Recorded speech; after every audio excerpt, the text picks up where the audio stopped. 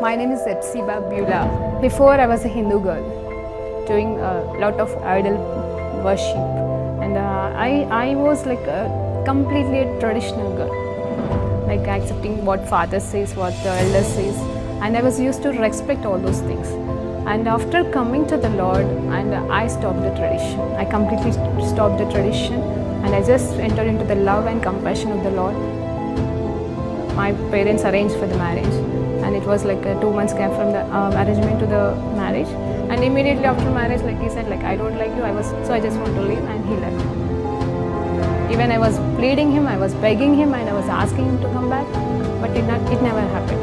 If he is not going to come to me, I want to die. That if he is going to be separated from me, I should die.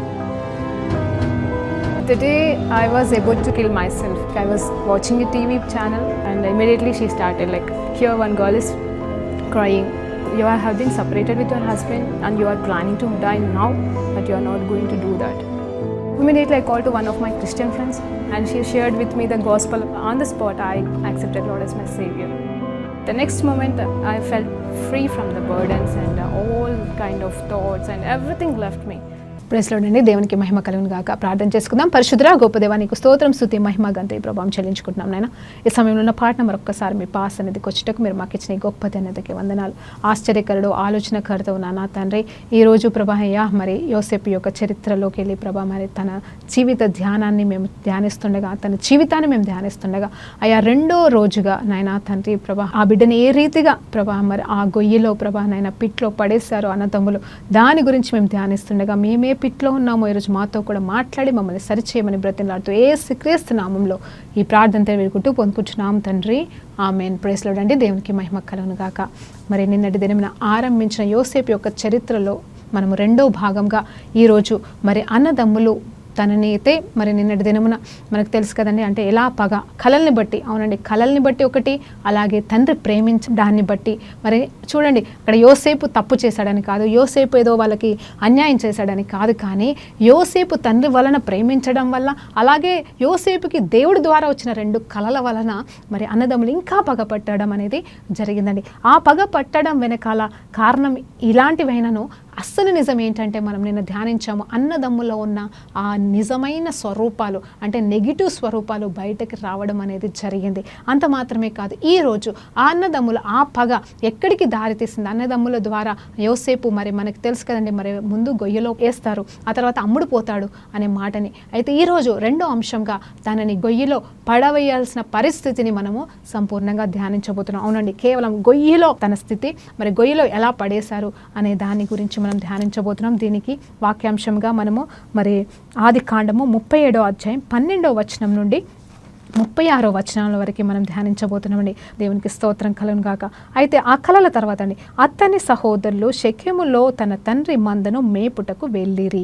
అప్పుడు ఇజ్రాయేలు యోసేపును చూసి, నీ సహోదరులు షెకెములో మంద మేపుచున్నారు, నిన్ను వారి యొద్దకి పంపేదని రమ్మన్నప్పుడు అతడు మంచిదని అతనితో చెప్పెను. అప్పుడు అతడు, నీవు వెళ్ళి నీ సహోదరుల క్షేమమును మందల క్షేమమును తెలుసుకుని నాకు వర్తమానము తెమ్మని అతనితో చెప్పి హెబ్రోను లోయలో నుండి అతన్ని పంపెను. చూడండి, హెబ్రోన్ లోయలోకి వెళ్ళి అతన్ని పంపెనంట.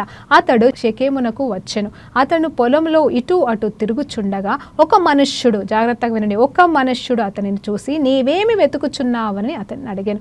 అందుకు అతడు, నేను నా సహోదరులను వెతుకుచున్నాను, వారు ఎక్కడ మందను మేపుచున్నారో అది దయచేసి నాకు తెలుపమని అడిగాను. అందుకు ఆ మనుష్యుడు, ఇక్కడ నుండి వారు సాగి వెళ్ళిరి, వారు దోతాను వెలుదమని రండని చెప్పుకునుట వించినని చెప్పాను. అప్పుడు యోసేపు తన సహోదరుల కోసము వెళ్ళి దోతానులో వారిని కనుగొనెను. అతడు దగ్గరకు రాకమనుపు వారు దూరంగా నుండి అతనిని చూసి అతని చంపుటకు దురాలోచన చేసిరి. వారు, ఇదిగో ఈ కలలు కనువాడు వచ్చుచున్నాడు, వీని చంపి ఇక్కడనున్న ఒక గుంటలో పారవేసి దుష్ట మృగం వీనిని తినివేసదమని చెప్పుతూ, అప్పుడు వీని కల లేమగునో చూతుము రండని ఒకనితో ఒకడు మాట్లాడుకొనెను. మరి 20 వచనాల వరకు నేను చదివానండి. ఎందుకంటే ఈ ఫస్ట్ హాఫ్లో మనం దీని గురించి ధ్యానించబోతున్నాం. ఏమన్నట్టున్నాడు అక్కడ చూస్తే, మొదటిగా తన తండ్రి అంటే ఇదంతా జరుగుతున్న సందర్భంలో 17వ సంవత్సరానికి వచ్చేస్తున్నాడండి. అంటే ఇంచుమించు యోసేపు గారు అప్పుడు 17వ సంవత్సరంలో ఉన్నప్పుడు జరిగిన సంఘటన. నేను ఒక మాట చెప్పాను గుర్తుందండి, ఏంటంటే నాకు ఎఫ్సీబా అనే కళ కూడా ఆల్మోస్ట్ 15-17 సంవత్సరాల మధ్యలోనే నాకు ఆ కళ వచ్చిందండి. నేను ఎందుకంటే దేవుడు మన జీవితంలో ఈ రీతిగానే మాట్లాడతాడు. ఆయన ప్రతిదీ కూడా బైబిల్ మన కోసము అనేది ఎంత నిజమో ఈ బైబిల్ నాకు నిజంగా చాలా మార్గదర్శిగా ఉందండి ఈ రోజు వరకు కూడా. సరే, ఏదేమైనా సరే ముందు మనం యోసేపు గురించి ధ్యానించుకుందాం. ఇక్కడ చూస్తే తండ్రి పిలుస్తున్నాడు. ఎవరిని? యోసేపుని పిలుస్తున్నాడు. ఏమని పిలుస్తున్నాడు అంటే, తన అన్న వాళ్ళంతా కూడా ఎక్కడికి వెళ్ళారు అంటే వాళ్ళ మందల్ని మేపడానికి మరి షెకెములకు వెళ్ళి ఉన్నారు, అంటే వేరే ప్రదేశంలోకి వెళ్ళి ఉన్నారు. కొడుకుని పిలిచి వెళ్ళి అన్నదమ్ములు ఎలా ఉన్నారు, వారి మంద ఎలా ఉన్నదో ఒకసారి చూసి వారు బాగానే ఉన్నారా, మంచిగా ఉన్నారా లేదా నాకు సమాచారము తీసుకురా అని చెప్పేసి కుమారుడిని పంపుతున్నాడండి. చూడండి, ఇక్కడ ప్రేమ కలిగిన తండ్రి పనిని దూరం పెట్టట్లేదు, అంటే పని చెయ్యనివ్వకుండా ఆపట్లేదు, కానీ పని అప్పచెప్తున్నాడు. అంటే ప్రేమ మాత్రమే అత్యధికంగా ఉంది. పని చేయాలి, అన్నీ చూసుకోవాలి. ఆ జ్ఞానముని గద్దిస్తున్నాడు, కల కన్నప్పుడు గద్దిస్తున్నాడు కూడా. మరి యథార్థమైన తండ్రిగానే మరలా యాకోబు గారు ఇక్కడ కనిపిస్తున్నట్టు ఇజ్రాయెల్ గారు కనిపిస్తున్నారని. తర్వాత చూస్తే ఇక్కడ ఒక మాట ఉంటుంది, ఏంటంటే నేను అడుగుతున్నాను మిమ్మల్ని జాగ్రత్తగా వినండి. ముందు వచనాలు చూసినప్పుడు మరి అతని క్షేమ సమాచారాన్ని గురించి ఆలోచించట్లేదంట. చూద్దామండి ఒకసారి. 37వ అధ్యాయంలో ఏమంటుందంటే, అక్కడ అతని మీద పగపట్టి ఉంటారంట. అంత మాత్రమే కాదు, అతని గురించి యోసేపు ఒక కల కనకముందు జరిగిన సంఘటన ఏమంటారంటే, అతని సహోదరులు తన తండ్రి అతని కంటే కూడా ఎక్కువగా ప్రేమించుట చూశారు కాబట్టి పగపట్టారు, అతనిని క్షేమ సమాచారమైనను అడగకపోయిరి అంటున్నారు. చూడండి, అంటే యోసేపు ఎక్కడికైనా పనికి వెళ్ళినా, అందరు కలిసి ఎక్కడికైనా వెళ్ళి పని చేసుకోవాల్సిన పరిస్థితి వచ్చినా, ఎక్కడున్నా సరే నువ్వు బాగుందా, నీకు పరిస్థితి ఏంటి అని చెప్పేసి పలకరించిన పాపానికి పోలేదంట ఈ అన్నదమ్ములు. కానీ ఇక్కడ చూస్తే తండ్రి గారు ఆదేశిస్తున్నాడు ఎవరికి? యోసేపుకి, నువ్వు వెళ్ళి క్షమాచారము తీసుకురా అని. నిజం చెప్పాలంటే నేను కానీ లేకపోతే నువ్వు కానీ ఆ ప్లేస్లో ఉంటే మనం ఏమంటామంటే, నా గురించి పట్టించుకోలేదు కదా, వాళ్ళ గురించి నేనేంటి వెళ్ళి కనుక్కునేది, వాళ్ళ క్షేమం గురించి నాకెందుకు, నా క్షేమేమన్నా వాళ్ళు పట్టించుకున్నారా ఇక్కడ ఉన్నప్పుడు, నేను వెళ్ళను నానా అని చెప్పేసి ధిక్కరిస్తామేమో. కానీ యోసేపు తండ్రి మాటకి లోబడి అక్కడ ఏమంటున్నాడంటే గమ్మున వెళ్ళిపోయి అక్కడ వెతుకుతున్నాడండి. ఎక్కడ వెతుకుతున్నాడు? షెకెంలో వెతుకుతున్నాడు. అక్కడ వెతుకుతున్నప్పుడు అక్కడ వారు లేరు. మరి ఎక్కడ ఉండాల్సిందో అక్కడ లేరు. చూడండి, ఎక్కడి నుండి పంపించాడు అనేది కూడా క్లియర్గా ఉంది. హెబ్రోన్ అనే స్థలం నుండి. మరి అబ్రహాము నిలబడిన స్థలం. అంత మాత్రమే కాదు, వాగ్దాన స్థలం అండి. ఆల్రెడీ అది వాగ్దాన స్థలం. కానాన్ అనే స్థలంలోకి వెళ్ళి యోసేపు గారి ప్రయాణము ఈ రీతిగా ఆరంభించబడింది. ఎక్కడండి? ఇక్కడ ఆరంభించబడింది. ఇక్కడ హెబ్రోన్లోనే ఉన్నాడు. కానీ నేను అడుగుతున్నాను, అంటే ఇది నాకు పరిశుద్ధాత్మదేవుడు బయలుపరచాడండి, ఎవరో చెప్పింది కాదు. మిగతా 11 మంది మార్పు కోసము ఆ వాగ్దాన దేశంలో నిలబడాలంటే, ఆ మార్పు రావాలంటే ఒక ప్రాసెస్ కావాలి. కాబట్టి ఇక్కడ యోసేపుకి ప్రాసెస్ అవసరం లేదు, యూదాకి అలాగే మిగతా వారికి ఆ కానాను ప్రదేశంలో నిలబడాలంటే యోగ్యత కావాలి. కాబట్టి మరి దేవుడు వారిని ఐగుప్తునకి నడిపించడానికి యోసేపుని ఒక ఆయుధముగా మరి ఒక సూచనగా వాడుకున్నాడని ఇక్కడ దేవాది దేవుడు బయలుపరుస్తున్నాడు. సో ఆ కానాను ప్రదేశం నుండి యోసేపు ప్రయాణమయ్యి అన్నదమ్ముల కోసం వెళ్తున్నాడని. అన్నదమ్ముల కోసం వెళ్ళినప్పుడు అక్కడ ఉండాల్సిన చోట వాళ్ళు లేరు, ఇంకొక ప్లేస్కి వెళ్ళిపోయారు. అక్కడ వెతుకుతుంటుండగా ఒక మనుషుడంట. చూసారా, మనం చదివాము ఏంటండి 15వ వచనంలో చూసినప్పుడు, అతడు పొలములో ఇటు అటు తిరుగుచుండగా ఒక మనుష్యుడు అతనిని చూసి నీవేమి వెతుకుచున్నావని అతన్ని అడిగాడంట. చూడండి, నేను అనుకుంటున్నాను ఈ మనుషుడు ఎవరో కాదండి, దేవాది దేవుడే యోసేపుకి ప్రత్యక్షమై అక్కడ అటు ఇటు తిరుగుతూ ఇప్పుడు ఎక్కడికి వెతుకుతాడండి? ఒక ప్లేస్లో ఉన్నాడు, ఇప్పుడు ఇటు వెళ్ళారా అటు వెళ్ళాడా, ఎక్కడికి వెళ్ళి వెతుకుతాడు? వెతకకపోతే ఏమవ్వాలి? వాళ్ళు దొరకకపోతే ఇవన్నీ జరగవు. ఒకవేళ దొరకలేదు, ఇంకా ఎటెల్లాలో తెలియక తిరిగి మళ్ళీ తండ్రి దగ్గరికి వస్తాడు. కానీ తండ్రి దగ్గరికి రావడం ఆయన ప్రణాళిక కాదు, కానీ ఒక మనిషి రూపంలో. ఆ మనిషి ఎవరో కాదండి, అయితే దేవుని దూతనే కావచ్చు, లేకపోతే దేవుడే కావచ్చు. తన మార్గాన్ని సరళము చేయడానికి, తన నడవవలసిన మార్గం అనండి, మంచి మార్గం కాదండి, ఇక్కడ చూస్తే అదొక భయంకరమైన మార్గంలోకి మరి నడిపించడానికి దేవుడే అక్కడ పూనుకొని నిలబడ్డా అని పరిశుద్ధాత్మ దేవుడు బయలుపరుస్తున్నాడు. అవును కదండి, దొరకకపోతే ఏం చేస్తాడు? తన దగ్గరికి వెళ్ళి, నానా మరి అన్న వాళ్ళు కనిపించలేదు, నాకు భయం వేస్తుంది, అందుకే నేను వచ్చేసాను, నీకు చెప్పడానికి వచ్చాను అని చెప్పేవాడు. కానీ అక్కడ ఆ మనుషుడు దేవుడే కాబట్టి ఆయనని నడిపించాల్సిన మార్గంలోకి నడిపిస్తున్నాడు. చూడండి, మీరు ఎప్పుడైనా ఆలోచన చేస్తారా? మనం కూడా ఒక్కొక్కసారి నడవలసిన మార్గం నడిపించే ప్రభు అంటే మనం వెళ్ళి ఏ గొయ్యలోనే పడతామండి, రాంగ్ రూట్స్లోకి వెళ్ళిపోతాం. మన జీవితంలో కూడా అలాగే జరుగుతాయి. కానీ అది మేలు కొరకని రోమిల రాసిన పత్రిక 8:28 ప్రకారంగా మనం ధ్యానించగలము. సో ఇక్కడ చూస్తే పంపించిన తర్వాత అక్కడ అతను చెప్తున్నాడు, సలహా ఇస్తున్నాడు. ఎవరి కోసం వెతుకుతున్నావు అయ్యా నువ్వు అంటే, అయ్యా నాన్నలు ఇక్కడ ఉండాలి, మరి వాళ్ళు ఎక్కడికి వెళ్ళాలి వెళ్ళారో తెలియదు అంటే, అవునా నేను చూశాను వాళ్ళు అలా వెళ్తున్నారు అని మళ్ళీ పర్టికులర్గా ఒక ప్లేస్ గురించి, అంటే అటు ఈ వైపు వెళ్ళారు ఆ వైపు వెళ్ళారు కాదండి, ఒక ప్లేస్ని స్పష్టంగా క్లియర్గా చెప్పాడు. ఎందుకంటే ఆ అన్నదమ్ములు ఎక్కడున్నారో మరి ఈ మనిషికి తెలుసు కాబట్టి మరి అక్కడ ఉన్నారు, దోతానికి వెళ్ళారన్నప్పుడు తిను కూడా మరి ఆ దోతాననే మార్గంలో చూడండి నడిపిస్తున్నాడు దేవాది దేవుడు. నడిపిస్తున్నప్పుడు ఆయన దోతానికి వెళ్ళినప్పుడు అక్కడ జరుగుతుందండి ఒక అద్భుతమైన సంఘటన. ఏంటంటే చూస్తున్నారు దూరం నుండి, ఇతనేమో సంతోషంగా అన్నలు కనిపిస్తున్నారు అని ఆనందంగా పరిగెట్టుకుంటూ అత్తుకోవడానికి వెళ్తుంటే మరి ఈయనకి ప్రేమ ఉంది కదండి వాళ్ళ మీద, కానీ వాళ్ళని చూస్తున్నారు. చూడండి ఏమంటున్నారు, పేరు పెడుతున్నారండి. ఎలాంటి చక్కటి పేరు పెట్టాడు చూడండి. 19వ వచనం, వారు ఇదిగో ఈ కలలు కనువాడు వచ్చుచున్నాడు, వీని చంపి ఇక్కడనున్న ఒక గుంటలో పారవేసి అని చెప్తున్నారు. చూడండి కలలు కనువాడంట, ఇతనికి పేరు పెట్టేస్తున్నారండి. హల్లెలూయా, దేవునికి మహిమ కలుగును గాక. ఇక్కడ ఒక మాట దేవుడు జ్ఞాపకం చేస్తున్నాడు, నీకేం పేరు పెట్టారండి? ఏం పేరు పెడుతున్నారు మనుషులు? పాజిటివ్ పేరు పెడుతున్నారా, నెగిటివ్ పేరు పెడుతున్నారా? నీ గుణాన్ని బట్టి, నీ ఆలోచన బట్టి, నీ ఆకారాన్ని బట్టి, ఇప్పుడు పొట్టివాడివి, పొడుగువాడివి, లేకపోతే తిక్కలోడివి, మంచోడివి, వాట్ ఎవర్ ద నేమ్స్, అంటే అమ్మాయిలకైనా అబ్బాయిలకైనా మరి మనుషులు పెడతా ఉంటారు, ఇంట్లో వాళ్ళు పెడతా ఉంటారు. అంటే నేను చెప్తుంది ప్రేమ కలిగి ముద్దుగా తల్లిదండ్రులు పెట్టే పేరు గురించి నేను చెప్పట్లేదు, కానీ ఇతరులు నిన్ను బట్టి, నీ పరిస్థితిని బట్టి నీకే పేరు పెడతారండి. నన్ను ఏమంటారు తెలుసా అండి, చాలామంది నెగిటివ్గా నీది మొండిది, ఎవరి మాట వినదని పేరు పెట్టేశారు. నాకు క్రైస్తవులు పెట్టారండి, బయట వాళ్ళు కూడా కాదు. మరి అలాంటి పేరు పెట్టేశారు. సరే వాట్ ఎవర్ ఇట్ మేబీ, నేనేమంటాను, నేను మొండిదాన్ని, నేను ఎవరి మాట వినను, దేవుని మాట తప్ప నేను నేను సమాధానం చెప్పుకుంటాను. కానీ మనము చాలామంది ఎవరైనా పేరు పెడితే మనం ఏమైపోతామంటే కృంగిపోతాము. ఒకవేళ మనం పొట్టిగా ఉంటే పొట్టివారని ఎవరైనా మన పొట్టి అంటే మనకు బాధేస్తూ ఉంటుంది. కానీ మనం అలా అనుకోవడానికి లేదండి. దేవుడు మనల్ని ఏ రూపంలో చెక్కితే మనం అది, మనకి దేవుడు ఏ స్వభావం ఇస్తే ఆ స్వభావం. నిజం చెప్పాలంటే కళలు కనేవాడు వస్తున్నాడని ఆయనకున్న కళల గురించి వాళ్ళు వర్ణిస్తున్నారు. కానీ మరి మన తమ్ముడు వస్తున్నాడే, మరి మనం అసహించుకున్నా, మనం కోపగించుకున్నా తమ్ముడు మన కోసం వస్తున్నాడు. పాపం ఒక్క పిల్లోడు ఇంత దూరంగా అడవిలోకి వెళ్ళి అలా వస్తున్నాడే, ఎలా వస్తున్నాడు, ఎదురుపడి ప్రేమ అనేది వాళ్ళలో లేదు. కానీ ఆ పగ ఏదైతే ఉందో ఆ పగ అనేది చూడంగానే చెప్పాను కదండి, మరి ఏంటంటే ప్రేమ లేదు వారి మధ్యలో.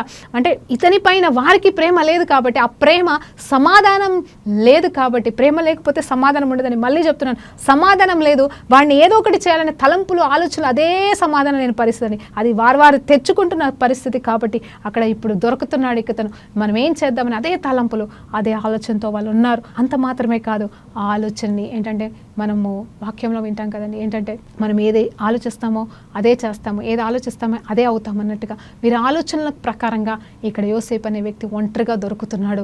వాళ్ళకి వచ్చిన తలంపు ఏంటంటే ఇక్కడ మనం ఎక్కడన్నా తను చంపేసి మరి దుష్ట మృగాలకి, అంటే మృగాలకి అప్పచెప్పేసేసి మనకి పగ ఉంది కదా, మన పగ ఈ రకంగా తీర్చుకుందామని చెప్పేసి వాళ్ళు ఆలోచన చేస్తూ ఉన్నారండి. చూడండి ఎక్కడికి వెళ్ళిపోతుంది ఈ బిడ్డ ప్రయాణం అనేది మనం ఆలోచించేద్దాం. యోసేపుకి అయితే ఏమాత్రము తెలియదు, తన వల్ల ఏ పొరపాటు లేదు, కేవలం ఆ 12 మందిలో ఒక వ్యక్తిగా పుట్టడమే తను చేసిన పాపమా అండి?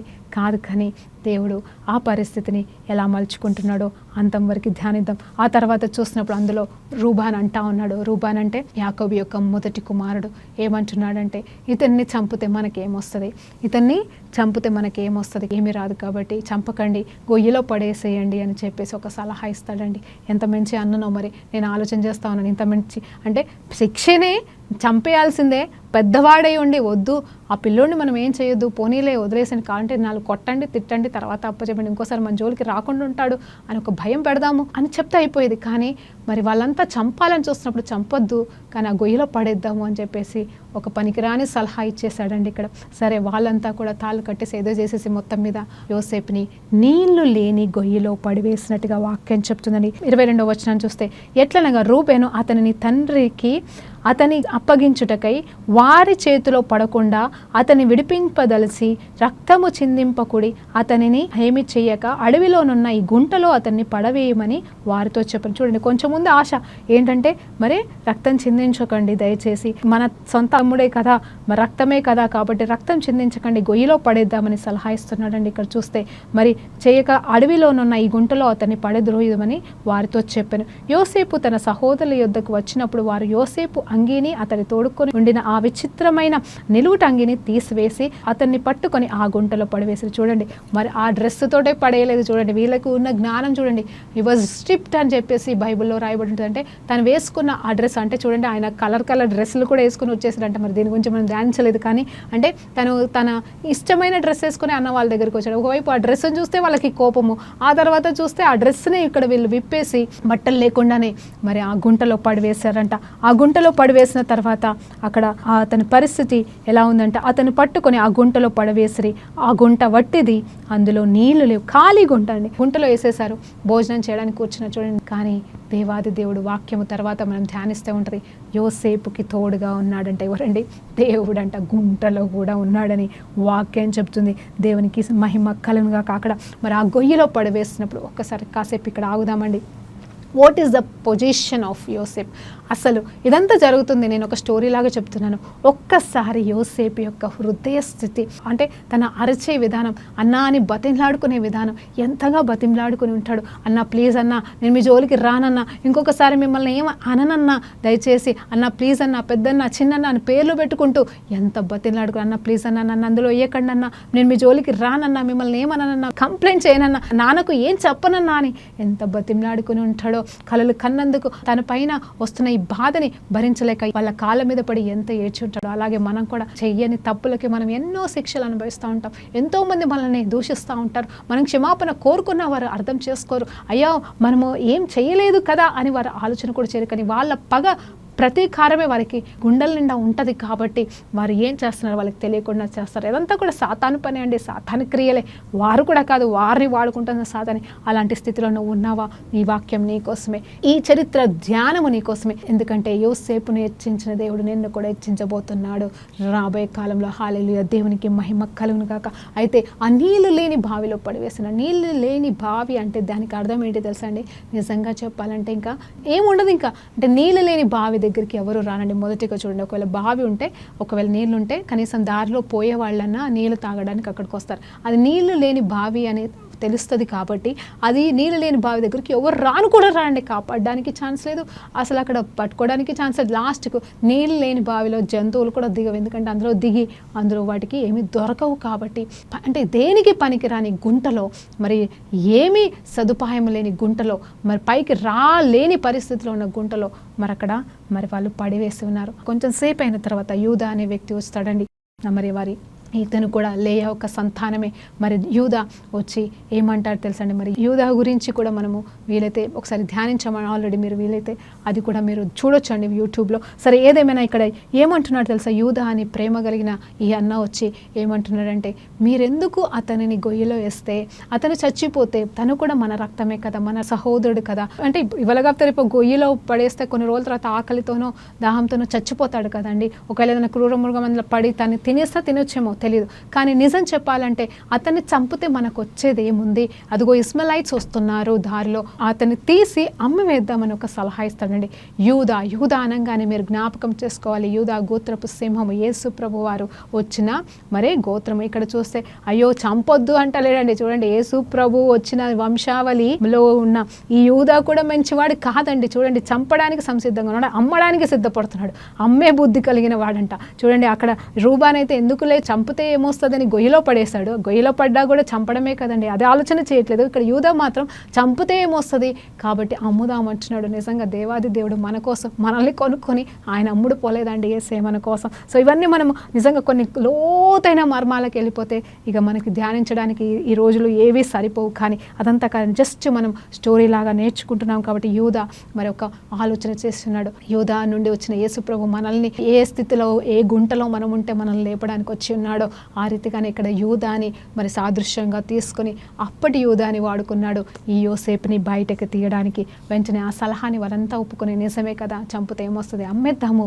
అని చెప్పేసి తలంపుతో మరి ఇక్కడ అమ్మేయడం అనేది జరిగిందండి. మీరు ఆలోచన చేయండి, అమ్మిన తర్వాత మరి ఏం జరగబోతుంది అనేది కూడా మనం తర్వాత చూద్దాము. నిజం చెప్పాలంటే ఆ ప్రాసెస్ని మనం నెక్స్ట్ భాగంలో విందాము. అయితే ఇక్కడ మళ్ళొకసారి జ్ఞాపకం చేస్తున్నాను మీకు, ఏంటంటే మనం నిజం చెప్తున్నానండి, ఏదో మెసేజ్ చెప్పేసి అవి కాదు, కానీ నేను మిమ్మల్ని ధ్యానించమంటున్నాను. మీ చరిత్రని ఇంచుమించు ఒక 15 రోజుల పాటు మీరు కంటిన్యూస్గా చూస్తున్నప్పుడు మీ జీవితంలో మీలో ఉన్న లోపాలు సరిచేసుకోండి, మీలో ఉన్న తప్పులు సరిచేసుకోండి, మీలో ఉన్న బాధలు సరిచేసుకోండి. అవును, ఈ యోసేపు చరిత్ర ద్వారా మన జీవితము కూడా మార్చబడాలి. తనలో మరి ఎన్ని కష్టాలు వచ్చినా తనలో మాత్రం నెగిటివిటీ అనేది రాలేదు, దేవుడు దూషించడం అనేది కూడా చేయలేదు. కానీ ఇక్కడ చూస్తే 100% తనకి ఇష్టమైన బట్టలు కూడా తీసేసుకున్నారటండి. అంత మాత్రమే కాదు, అన్నదమ్ములే తనని గొయ్యిలో పడివేశారంట. అయినా కూడా వాళ్ళని బతిమలాడుకుంటున్నాడు, కానీ వారిని శపించట్లేదు. ఎందుకంటే మీరు నాశనం అయిపోతారు, మిమ్మల్ని దేవునికి అప్పచెప్తున్నాను, మీ సంగతి తేల్చుకుంటాననే మాటలు కూడా అక్కడ ఏవి కూడా లిఖించబడలేదు. కేవలం అన్న తమ్ముల ఆలోచనలు మాత్రమే లెక్కించబడుతున్నాయి. అండ్ ఇంకొకటి పిట్ అండి. పిట్ అంటే ఏంటంటే అది నీళ్ళు లేని గుంట అని మాట్లాడుతున్నాడు దేవుడు. నీళ్ళు లేని గుంటకి అర్థం ఏంటంటే ఇంక అక్కడికి ఎవ్వరు తొంగి కూడా చూడని ప్రదేశం అనమాట. ఎవ్వరు కూడా పోరు, కాపాడడానికి సహాయం చేయడానికి కూడా ఎవ్వరు రారు.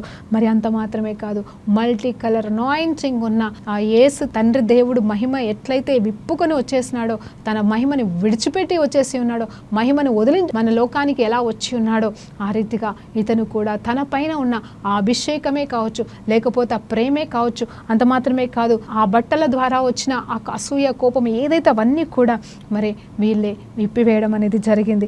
ఇది కూడా ఆయనకి తగ్గింపుగా, అంటే కంప్లీట్గా తన్ని రిక్తుడిగా, మరి యేసుప్రభుని ఎట్లా రిక్తుడిగా చేసేసారో ఆ రీతిగా రిక్తుడిగా చేసినట్టుగా మనకి ఇక్కడ కనిపిస్తూ ఉంటుంది.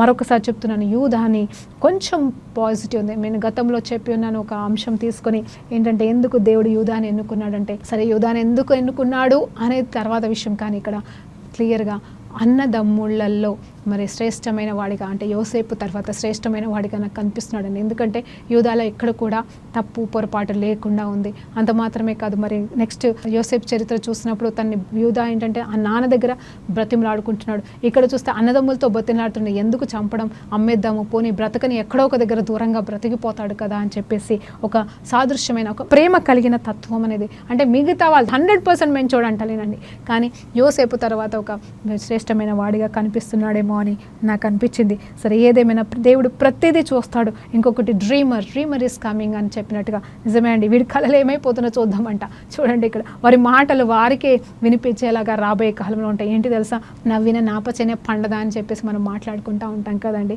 అవును, ఒకప్పుడు ఇలా ఉండే, ఇప్పుడు ఇలా, ఎంత గొప్ప వాళ్ళు ఎలా అయ్యారని చెప్పేసి పొగడాల్సిన దినాలు కూడా మన జీవితంలో వస్తాయి, ఎంతోమంది జీవితంలో వస్తాయి. అరే ఇతను ఇంత గొప్పవాడు అవుతాడని కళ్ళు కూడా అనుకోలేదని కొంతమంది గురించి గొప్పగా అనుకుంటారు. కొంతమంది ఏమో ఇట్లా నాశనమైపోతాడు అని అనుకోలేదు. కానీ ఇక్కడ చూస్తే ఈ కళలు కనవాడే విషయంలో ఏమంటారంటే, వీడిని చంపేద్దాం, ఇప్పుడు వీళ్ళ కళలు ఏమైపోతాయో చూస్తాము అంటున్నారు. చూడండి, అది ఎవరు విన్నా వినకపోయినా నేను అనుకుంటున్నాను దేవుడు విన్నాడు.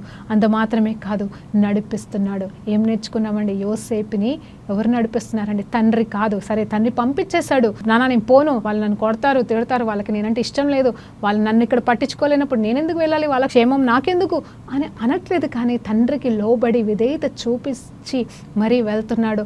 అక్కడ దేవాది దేవుడు నడిపిస్తున్నాడు ఇంత చక్కగా. అంటే చూడండి, ఎక్కడ మనం ఉన్నా దేవుడు మనకు తోడే ఉంటాడండి. యోసేపుతో తోడే ఉన్నాడని ప్రతిసారి వాక్యం చెప్తా ఉంటారు. ప్రతిసారి మనం అనుకుంటాం కదా, ఆయన ఎక్కడున్నా కానీ దేవుడు తోడే ఉంటాడంట.